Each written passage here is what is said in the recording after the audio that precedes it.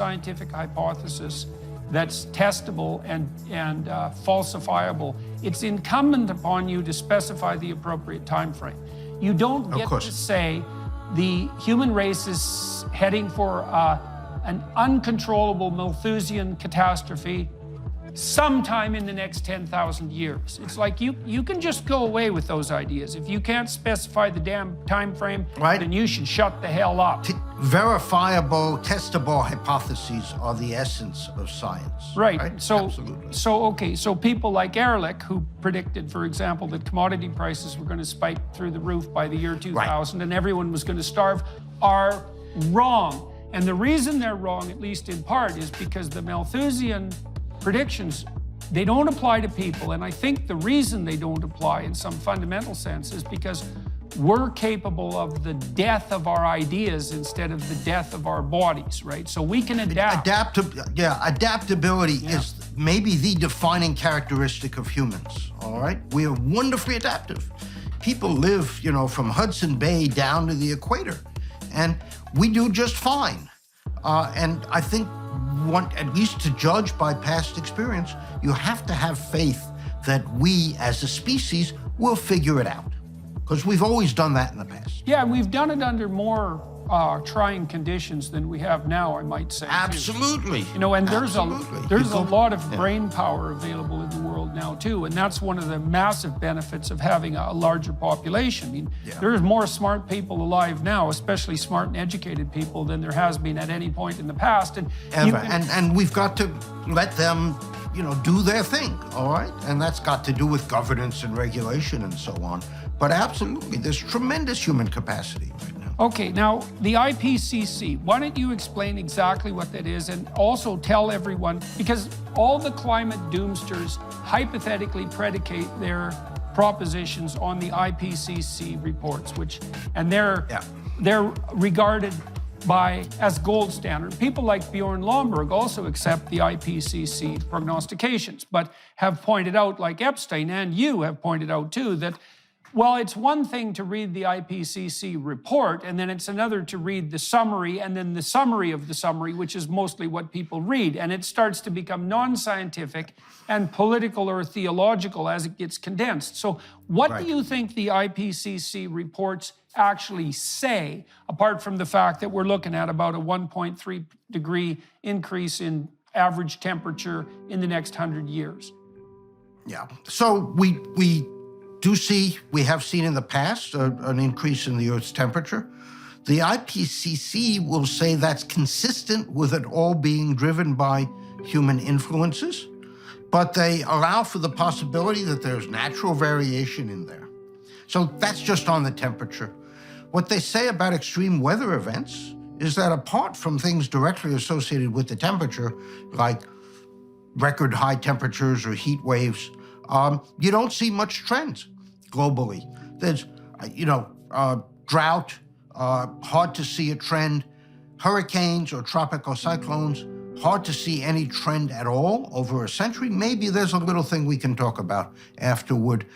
Sea level rise, proceeding at the rate of 1 foot a century globally, different locally. We can talk about that a little bit if you want. Mid-latitude severe storms and so on. Not much going on at all. It's hard to find trends. Doesn't mean that the trends aren't there, but they've just not emerged from the data. Okay, so I want to... The IPCC... Oh, sorry, go ahead. I was going to talk a little bit about the IPCC. Yes, please do. So this is an exercise carried out by the UN roughly every 6 or 7 years. They convene 1,000 scientists from countries around the globe who are supposed to survey, assess the scientific understanding of human-induced climate change. That's really important because they focus on, what might be attributable to humans as opposed to natural climate change, which is an important part of the story. And so they split up into various working groups, write very detailed 1,000, 2,000-page long reports that actually, in my opinion, do a pretty good job of assessing the science. Those reports are then packaged, if you like, or summarized into summaries for policymakers, where the scientists don't have as much of a hand in writing those summaries. The governments intervene quite a bit. And when you compare the summaries, which is what serious people would read if they're not climate scientists, to what's actually in the reports, there's lots of disconnect. And I can give you some examples at some point. And then, of course, you get the media, where you have journalists who don't know very much at all about the science. They're on a climate beat in the newspaper, and so they have to provide climate stories that catch the attention. And then you've got the politicians who grab onto all of this. And so at the end of this long game of telephone, what comes through is very little reflective of what the actual science says. All right, so now you hear very frequently that 97% of scientists agree that, well, global warming exists or climate change exists. But my understanding of that is the following, and so correct me if I'm wrong. So 97% of scientists agree that there is credible evidence that some proportion of the current trend towards warming is attributable to human activity, and more specifically to carbon dioxide. So it'd be some fraction of the 1.3 degrees that have... Yeah, right.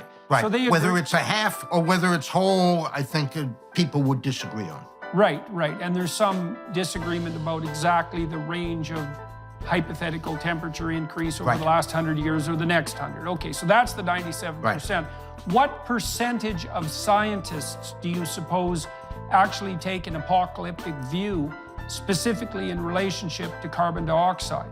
Yeah, do you have any idea, any sense of that? No, no, and the 97% number is a made-up number also based on an entirely flawed study. I think, the scientists are not behaving as though it were apocalyptic. I would say 95% of them are not in that camp. But look, that's just my anecdotal perception. I sit down and talk to these folks a lot. Yeah. Right. And, none of them are kind of jumping off the roof and saying, my God, we'd better do something or we're headed for climate hell. Climate highway to hell or something is what the Secretary General of the UN said a couple months ago. Right. Well, so no, we're not. Okay. Look, it's an issue. It's a long-term problem.